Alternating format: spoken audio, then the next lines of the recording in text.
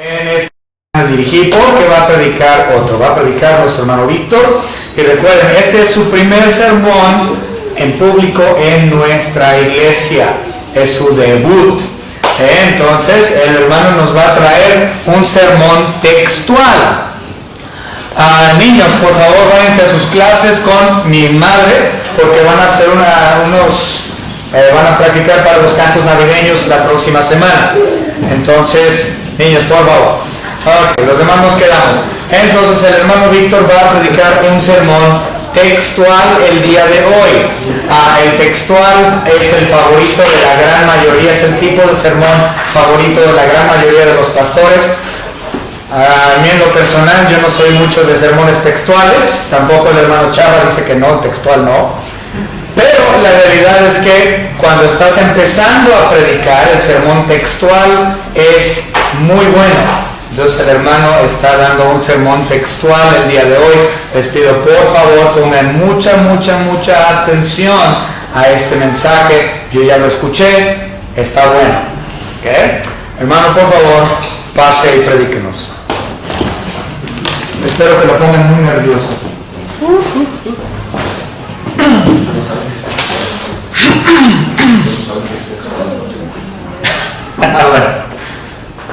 Voy a explicar qué es textual. Normalmente el sermón textual es un sermón hecho específicamente de un solo versículo.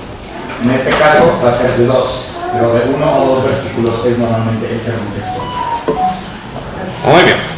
Buenos días, hermanos. Para quienes no me conocen, mi nombre es Víctor Moreno. Y para los que me conocen, pues ya saben. Yes.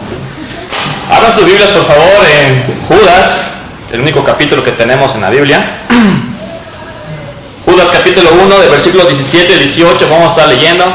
Y antes que comencemos, nada más quiero aclarar, no estoy molesto. Tengo un tono de voz y volumen un poco fuerte, así que no estoy molesto. Nada más para que lo sepan. Sí, porque le digo, es que me regañó de verdad. Me siento ofendido. Ok, Judas capítulo 1, de versículos 17 y 18, dice así, síganme con sus ojos en la Biblia.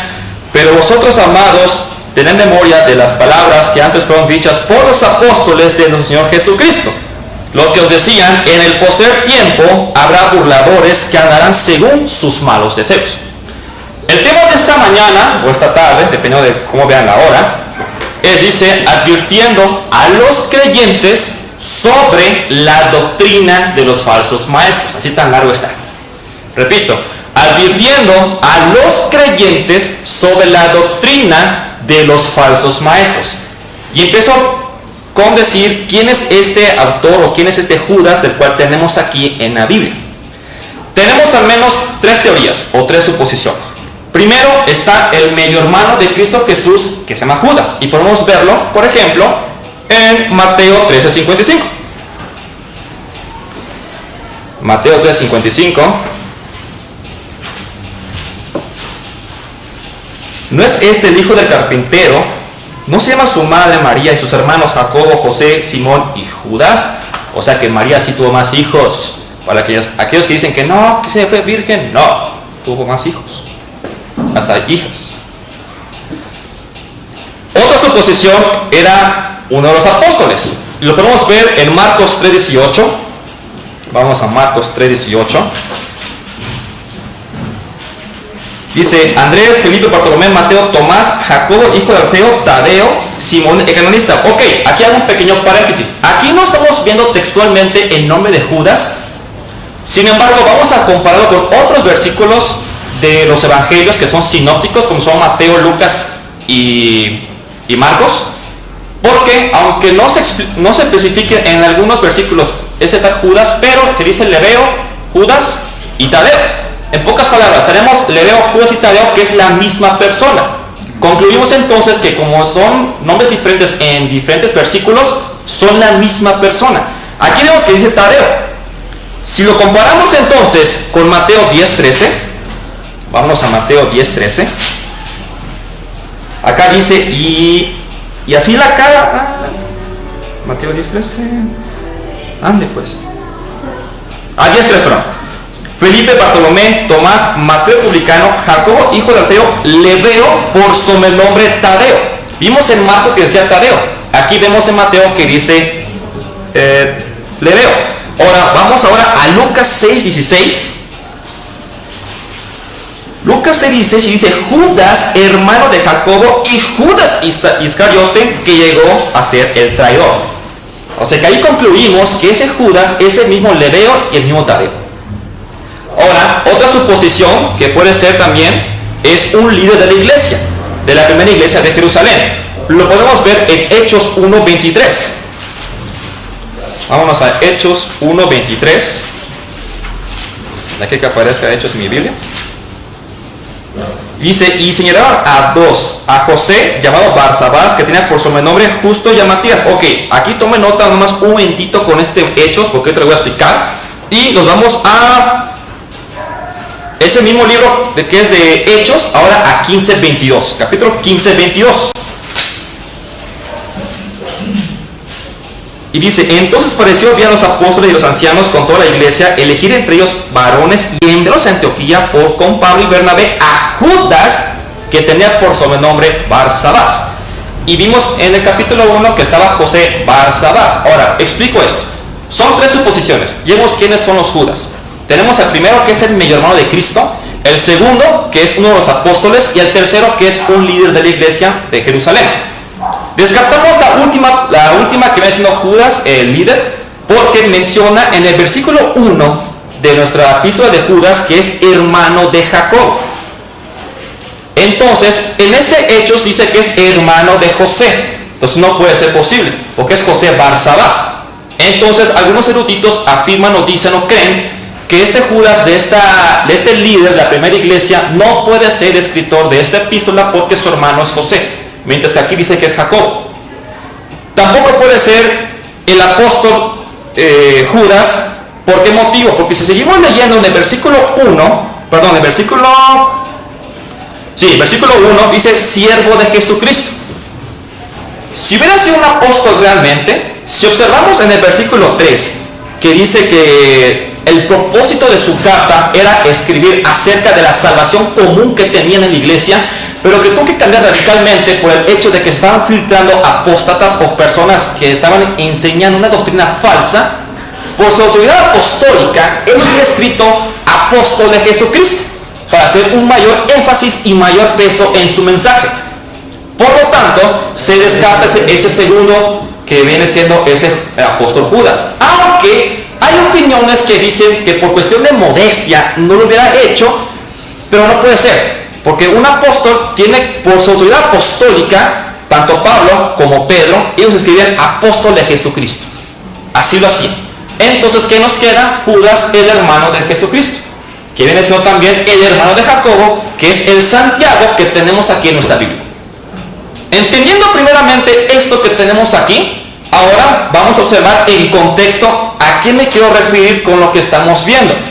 Ya había mencionado que en el versículo 3, Judas tenía en mente hablar acerca de la común salvación que tenían en la iglesia, pero que tuvo que cambiar radicalmente su mensaje para hablar acerca de los apóstatas que se estaban filtrando dentro de la iglesia. Vamos a comenzar con una oración antes de entrar de lleno al tema. Gracias, Padre, porque eres muy bueno para con nosotros. Te rogamos en Cristo Jesús que tú guíes, dirijas nuestras vidas conforme a tu Santo Espíritu, conforme a tu voluntad, y que sean tus palabras, no las mías, y que sea tu Santo Espíritu que nos dé el entendimiento, retención de tu palabra y tu mensaje, y también hagas los corazones sensibles a tu voz. Gracias porque eres bueno, por esta oportunidad que me das de estar aquí presente, aquí en este púlpito, y que este tema llegue a los corazones de aquí de mis hermanos y la gente que nos está viendo en canales y redes sociales. Gracias porque eres bueno en Cristo Jesús. Amén. Bien, volvamos entonces a nuestro versículo 17 en el mismo capítulo de Judas, y dice aquí: pero vosotros, amados, hasta aquí. Entonces, como primer punto dice advirtiendo a los creyentes. Los destinatarios de esta carta originalmente son judio-cristianos, es decir, que son hebreos nacidos de nuevo. Nosotros somos gentiles regenerados o salvos por gracia. No nos compete en su totalidad esta carta a nosotros, pero por aplicación sí nos compete, porque es importantísimo tomar en cuenta lo que Judas le está diciendo a los hebreos. Y si le estaba pasando a los hebreos, también nos pasará a nosotros, por supuesto. Además, tanto judio-cristianos como gentiles que son salvos, somos parte de un mismo cuerpo, somos parte de la misma iglesia de Cristo. Ya no hay esa separación, porque Cristo derrocó y tiró esa barrera que estaba o que nos dividía. Vamos a ver, por ejemplo, en Gálatas 3:28. Gálatas 3:28 nos dice así: ya no hay judío ni griego, no hay esclavo ni libre, no hay varón ni mujer, porque todos vosotros sois unos en Cristo. Aquí está muy claro que tanto gentiles como los judíos que son salvos por gracia, por medio de la fe puesta en Cristo Jesús, formamos parte de la iglesia de Cristo. Que aunque la carta de Judas no nos corresponde directamente a nosotros, pero por aplicación es importantísimo tomarlo mucho en cuenta. Continuamos leyendo en Judas, después de la coma de amados, dice: tened memoria de las palabras que antes fueron dichas por los apóstoles de nuestro Señor Jesucristo. Entonces, como segundo punto es advirtiendo sobre la doctrina. Y vimos que el primero fue advirtiendo a los creyentes, que en este caso fueron los cristianos, y que también por aplicación a nosotros.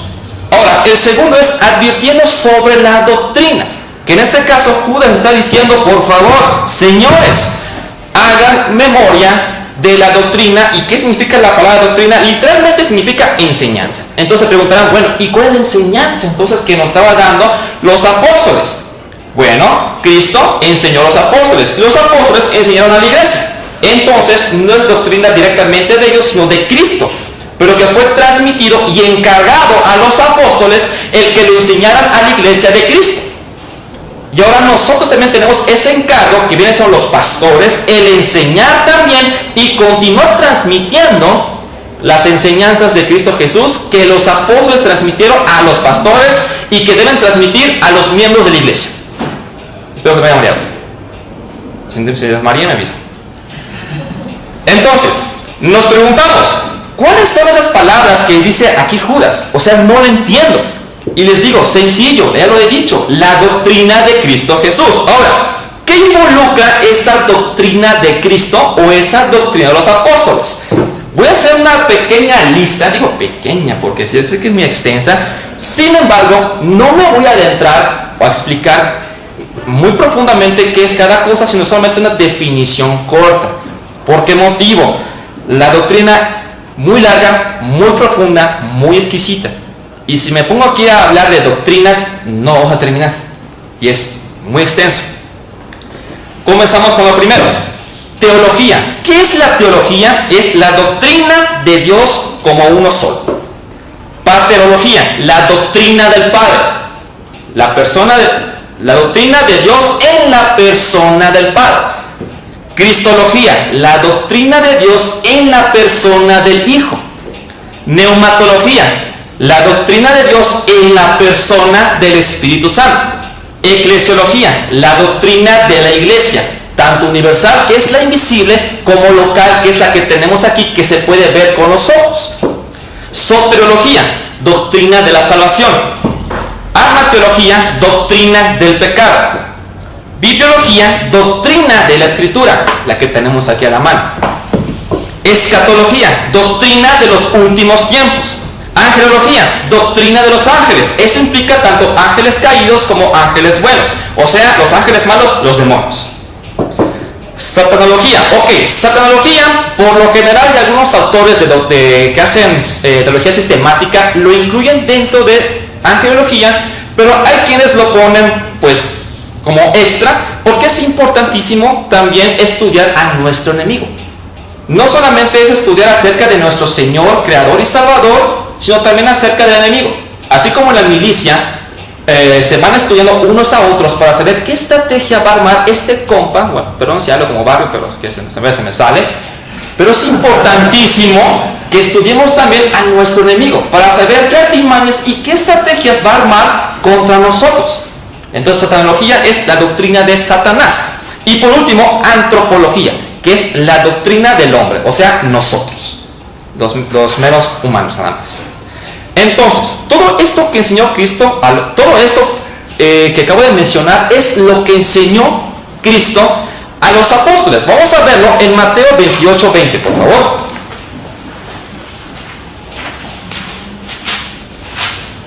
Aquí que aparezca.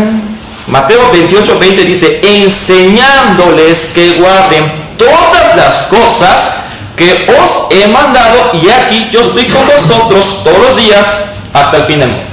Dense cuenta que Cristo le está diciendo: enseñen ustedes, apóstoles, a guardar lo que yo les enseñé a ustedes. Que esa enseñanza, ese conocimiento, se siga transmitiendo en generación hasta el fin de los días. Vamos a ver también en 1 Corintios 11:23. 1 Corintios 11:23.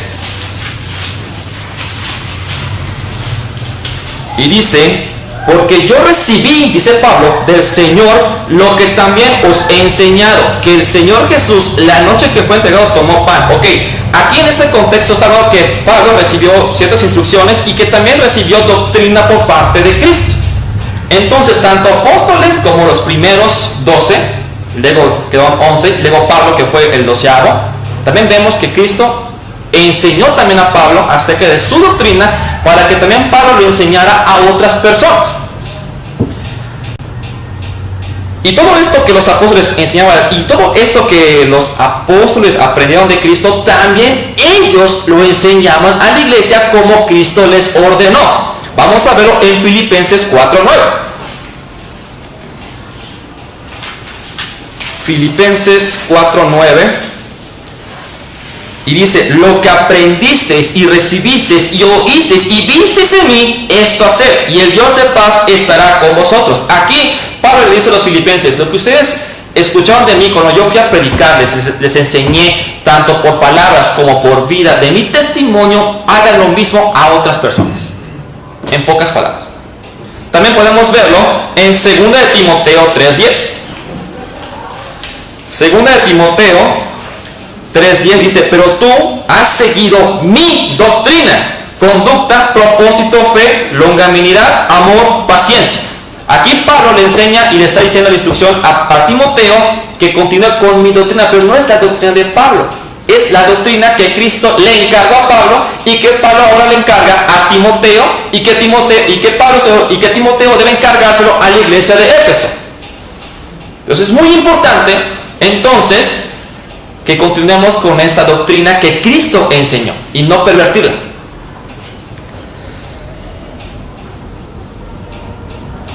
Vamos a regresar a Judas y vamos a ver el versículo 18. Y dice allí: los que decían que en el postrer tiempo habrá burladores que andarán según sus malos deseos. Como tercer punto es advirtiendo de los falsos maestros. Y vimos que el primer punto es advirtiendo a los creyentes. El segundo es advertir sobre la doctrina. Y el tercero es advertir de los falsos maestros. ¿Quiénes son estos burladores que menciona Judas? Antes de mencionarlo, hay eruditos que mencionan que la carta de Judas fue un complemento posterior a la carta de Pedro en su segunda. Porque mientras Pedro decía, los apóstatas van a llegar, Judas acá dice, aquí ya llegaron. Aguas con esto, despierten. Ahora, observamos que menciona Judas burladores. En otra palabra en griego y dentro de su contexto, esos famosos burladores se refiere a falsos maestros, o mejor conocido como los apóstatas. Ahora, vamos a definir primeramente qué significa la palabra apostasía para poder entender entonces qué es un apóstata. La palabra apostasía literalmente significa volverse atrás. Ello nos daría a entender que un apóstata es una persona que se retracta del camino que eligió y vuelve a donde estaba. Pero esto no puede ser posible a los que son verdaderamente regenerados por Cristo. Porque tenemos a nosotros el Espíritu Santo que mora en nosotros y que nos guarda de volver atrás y nos corrige del error. Vamos a verlo en 1 de Juan 2:27. 1 de Juan 2:27. Dice, pero la unción que vosotros recibisteis de Él permanece en vosotros y no tenéis necesidad de que nadie os enseñe, así como la unción misma os enseña todas las cosas y es verdadera y no es mentira, según ella os ha enseñado a permanecer en Él. Esta famosa unción del cual Juan aquí en su epístola está hablando se refiere al Espíritu Santo.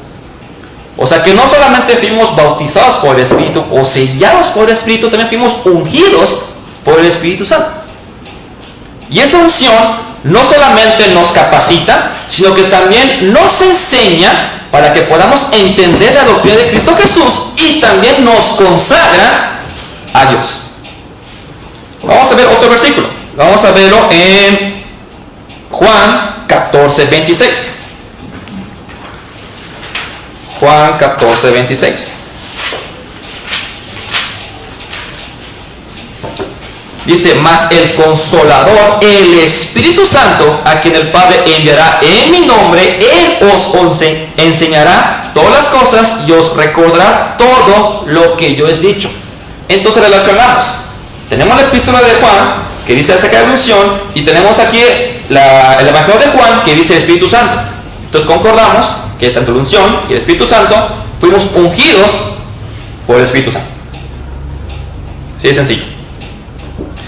Ahora, ya que entendimos qué es la apostasía, qué es volver atrás, ahora vamos a analizar qué es una apóstata entonces. Una apóstata, y lo digo aquí claro, y escuche con atención, una apóstata no es un verdadero creyente. Repito, un apóstata no es un verdadero creyente. Un apóstata puede estar aquí con nosotros, se puede haber bautizado, puede ser un miembro activo de la iglesia, pero no es regenerado, porque no ha habido un cambio en su corazón. Un apóstata es una persona que ha probado la verdad, ha conocido la verdad, pero no pertenece a la verdad. Así que aguas con eso. Ahora se preguntan, bueno, entonces significa que si yo caigo en pecado, ¿quiere decir que soy un apóstata? Ok, aclaremos esto un momento. Acabo de mencionar que un apóstata es una persona no regenerada. Un cristiano puede caer en pecado, porque aunque somos salvos por gracia, por medio de la fe, todavía tenemos la vieja naturaleza y tenemos una lucha constante, los verdaderos creyentes, de la vieja contra la nueva. No me refiero a Lexi, a la novia, me refiero a la naturaleza, para aclarar. Entonces tenemos una lucha constante, mi vieja naturaleza contra mi nueva naturaleza. Entonces, ¿sí propenso a caer? Sí, por supuesto. Pero tengo perdón de pecados por Cristo. ¿Puedo volver a Cristo Jesús para volver a restaurarme? Sí. Pero un apóstata es una persona que nunca fue regenerada de verdad. Y en un momento voy a mencionar qué tipo de filosofías o herejías se estaban filtrando aquí en la iglesia, pues que le mandó la carta a Judas. Hay un dicho que me dio mucha risa, que me hizo recordar en que estuve haciendo este tema. Me lo dijo mi amigo David Pérez, que se encuentra en Puebla. Él me dijo la siguiente frase: hay cristianos bautizados y demonios remojados. ¿Sí? Suena chistoso, pero es la verdad. Entonces concluimos con lo siguiente: un apóstata no es regenerado, e incluso el propósito del apóstata es arrastrar a otros con él para que sigan sus ideas locas, pervertidas y corrompidas. Así que aguas con eso, mucho cuidado. Es importantísimo que conozcamos la verdad, la doctrina verdadera, para que podamos distinguirla de la falsedad. Por eso los que están, la gente en los bancos, siempre se la pasan examinando billetes que son originales. ¿De qué me sirve analizar lo falso si puedo yo analizar lo original para que fácilmente pueda reconocer lo que es falso? ¿Tiene sentido? Vamos a ver qué nos dice en 1 de Juan 2:19. 1 de Juan 2:19 menciona aquí, salieron de nosotros, pero no eran de nosotros. Porque si hubieran sido de nosotros, habrían permanecido con nosotros. Pero salieron para que se manifestase que no todos son de nosotros. O sea, en pocas palabras, ¿podemos tener gente apóstata infiltrada aquí en nuestra iglesia local? Por supuesto. O sea, a pesar de que la iglesia local lo llaman la casa de Dios, eso no significa que no pueda entrar un demonio aquí. Vemos un montón de gente endemoniada en las calles y que no nos damos cuenta, y que a veces se sientan aquí con nosotros y de que tampoco nos damos cuenta. O sea, hasta el mismo Lucifer se viste de luz. ¿Y qué nos hace pensar que esos lobos rapaces, como lo dijo Pablo, o sea, la gente que se viste, los lobos que se visten de oveja, no van a estar aquí con nosotros? Mucho cuidado. Entonces repito, un apóstata es una persona que no es regenerada. ¿Puede un cristiano caer en pecado? Sí. Pero tenemos un abogado, tenemos a Cristo Jesús, para que nos limpie y nos perdone todo pecado. También hace unos días me hicieron una pregunta. Oye, ¿y si acaso un cristiano por X o Y situación o motivo, por desánimo, se aleja de la iglesia y se aleja? Bueno, ¿cuál es mi postura? Mi postura es esta. Digo mi postura, lo recalco porque pues tendría que estudiar un poco más a fondo acerca de esa pregunta que me hicieron, pero si una persona se va de la iglesia porque pasó de que, es que no me saludó el pastor, es que sirvieron frijoles, yo quería arroz, es que le pusieron de verde la pared, yo lo quería de color blanco, o X o Y situación, híjole, esa persona de verdad no fue salva. Esa es mi postura. O sea, te enfocas tanto en tonterías, en estupideces, perdón por la palabra, pero es la verdad, pero te enfocas tanto en tonterías que tus ojos deben estar puestos en Cristo Jesús. O sea, acabamos de cantar un himno que dice, pon tus ojos en Cristo. Y la gente prefiere poner su mirada en otras cosas. O también conozco iglesias, no voy a decir nombres, que en vez de enseñar la doctrina de Cristo, enseñan solamente una cosa, diezmo. Diezmo. O sea, saco de billetera, digo, hermanos, es importante diezmar. O sea, ¿a mí qué me importa? A mí, háblame de Cristo. ¿Qué hizo Cristo por mí? ¿Qué hace el Espíritu por mí? O sea, la iglesia local, ¿cómo se rige? ¿Cómo fue levantado? ¿Cómo es levantada la iglesia local? ¿Qué onda con el enemigo? ¿Qué puede hacerme él? ¿Qué no puede hacerme el enemigo? Hoy en día las iglesias locales se enfocan en hablar en cosas que son burdas, tontas, en vez de hablar la palabra de Dios que está aquí.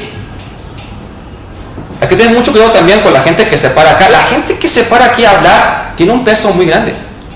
O sea, yo tengo un peso encima de mí, porque tengo que enseñar algo que esté basado en la Biblia y que sea de la palabra de Dios, no palabras mías.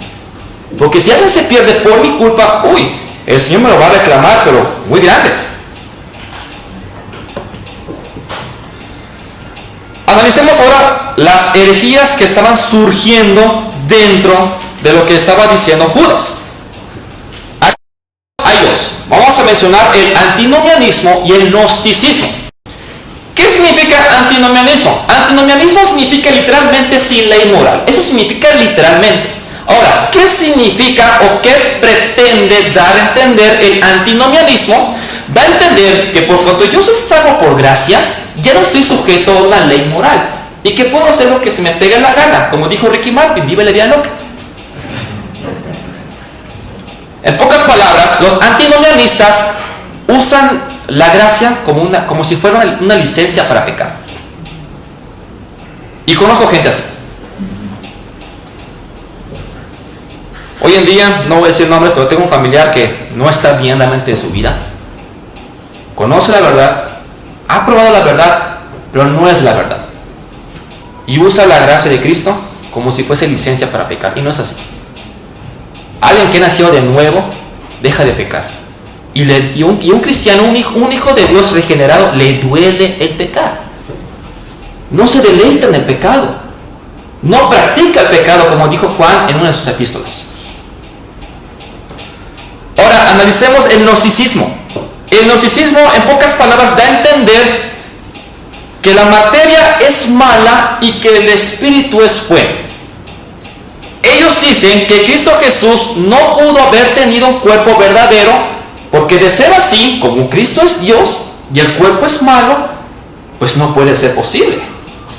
Entonces su cuerpo no era un cuerpo real, era nomás una mera apariencia. Pero también dentro del gnosticismo tenemos dos extremos. Tenemos el ascetismo y tenemos el liberalismo. ¿Qué es el ascetismo? El ascetismo es la supresión o control severa de mis apetitos carnales. Podemos verlo, por ejemplo, los monjes que están en el Tíbet, que están ahí en el mero Himalaya y que no tienen nada que ver con lo material, ni quieren y solamente están meditando y se controlan a sí mismos en cuanto a sus apetitos y deseos carnales. Eso es un lado extremista, que yo me suprimo de todo y que no quiero ver nada que ver con lo material. Ahora, el segundo extremo, el liberalismo. Como mencioné, como la materia o lo físico es malo, entonces ellos dicen que como el cuerpo que tengo actualmente no es susceptible a salvación, sino que solamente mi espíritu, entonces puedo dar rienda suelta a mi cuerpo. Puedo hacer lo que se me pegue la gana. Y no, tampoco es así. Entonces, estas dos herejías, y se podrían mencionar más, pero me enfoqué solamente en estas, se estaban infiltrando dentro de las iglesias locales. En pocas palabras, y lo repito, la gracia de Cristo no es licencia para pecar. Si realmente eres nacido de nuevo, te va a doler pecar. Claro, tenemos también hermanos débiles en la fe que por ignorancia hacen ciertos pecados, y es ahí donde nosotros, los que son maduros en la fe, tenemos que entrar en acción para ayudarlo, para hacer que crezca, para sostenerlo, no para dejarlo ahí tirado y que se la rife sola. No es así. Entonces ya vimos lo que es el antinomianismo y el gnosticismo. Es muy importante, amados, escuchen, los que están ahí viéndome, igual, que cada creyente esté firmemente cimentado y enseñado en la doctrina de Cristo para evitar ser arrastrados por esos falsos maestros. Es muy importante. Vamos a verlo en 1 Timoteo 6. Ay.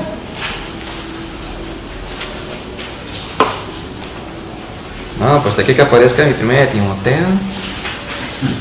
1 Timoteo capítulo 6, de versículo 3 al 5 dice: si alguno enseña otra cosa y no se conforma a las sanas palabras de nuestro Señor Jesucristo y a la doctrina que es conforme a la piedad, está envanecido, nada sabe y delira acerca de cuestiones y contiendas de palabras, de las cuales nacen envidias, blasfemias, malas sospechas, disputas necias de hombres corruptos de entendimiento y privados de la verdad, que toman la piedad como fuente de ganancia. Apártate de tales.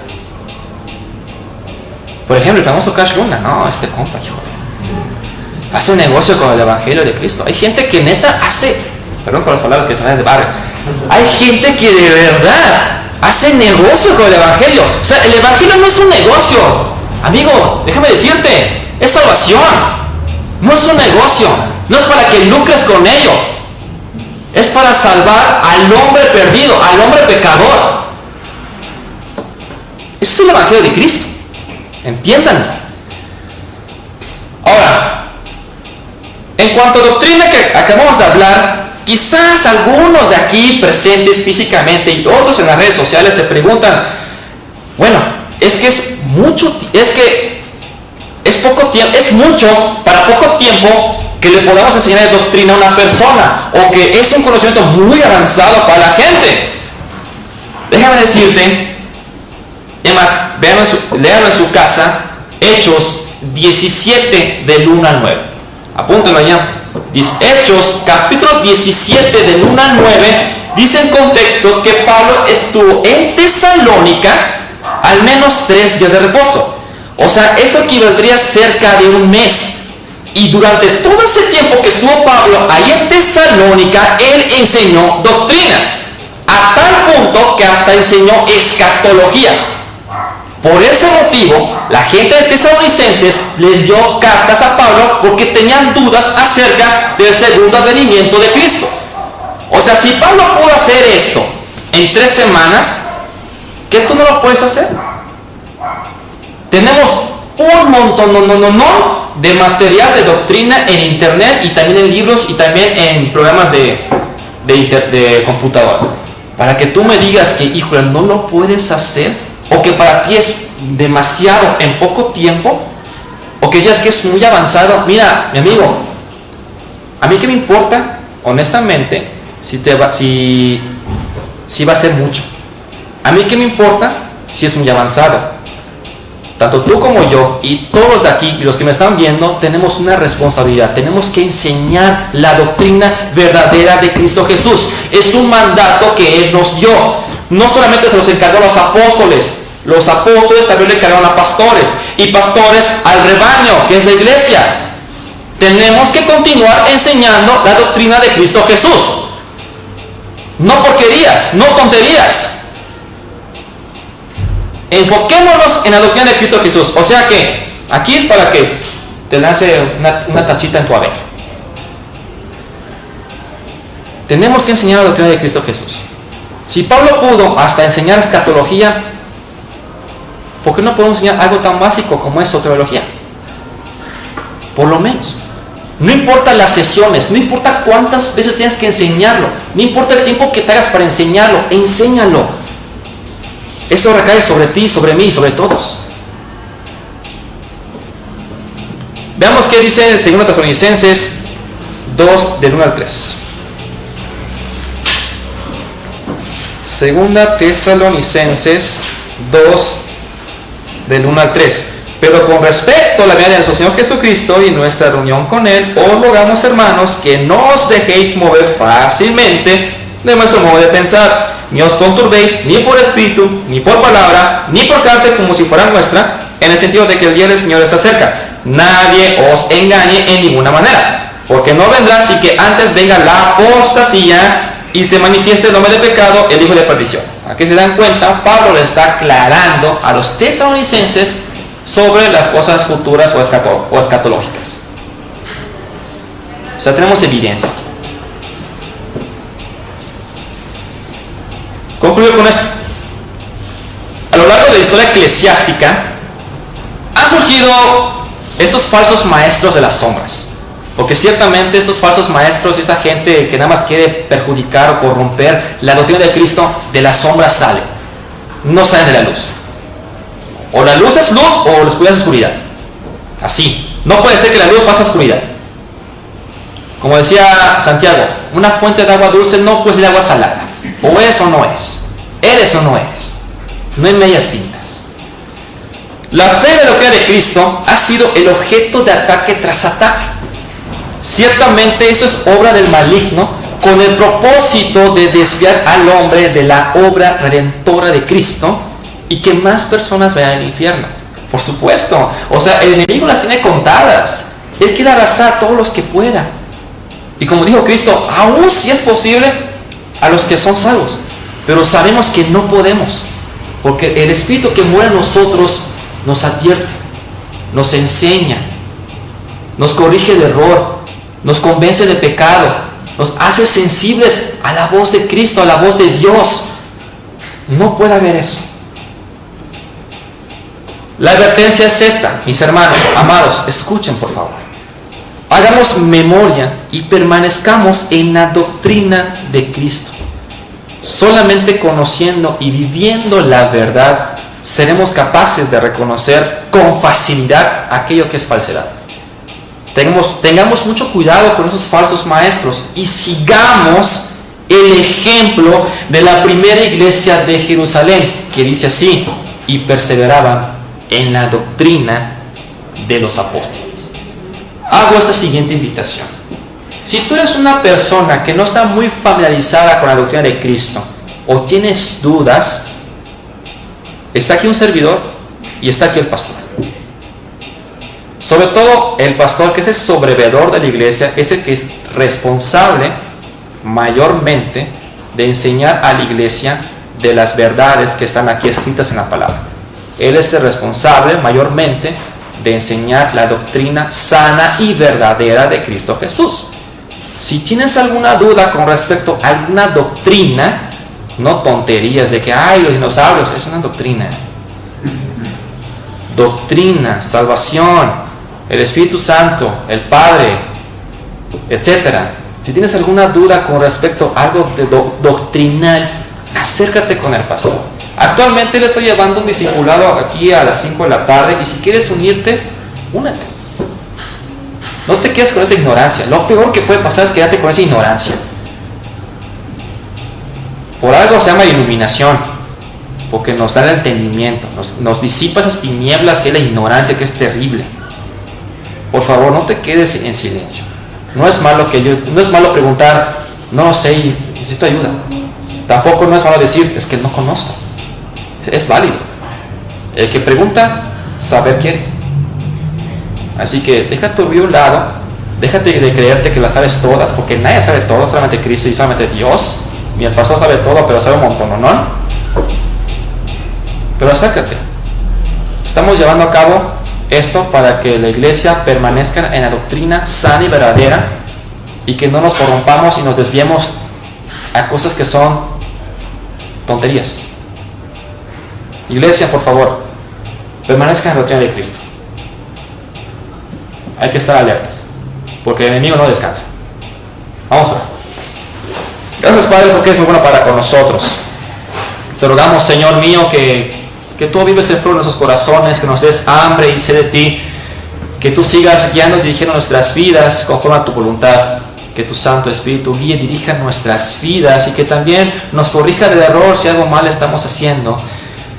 Y gracias por este momento que me permite estar aquí presente para poder enseñar a tu iglesia que es tuya, a esta mi familia, a mis hermanos, acerca de que debemos permanecer en tu sana doctrina y verdadera.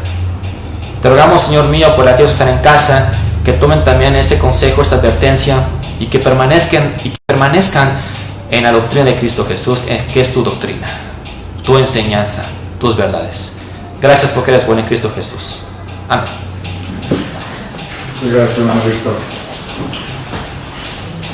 ¿Cómo se les hizo para su primer sermón, hermano? Ok. El hermano tocó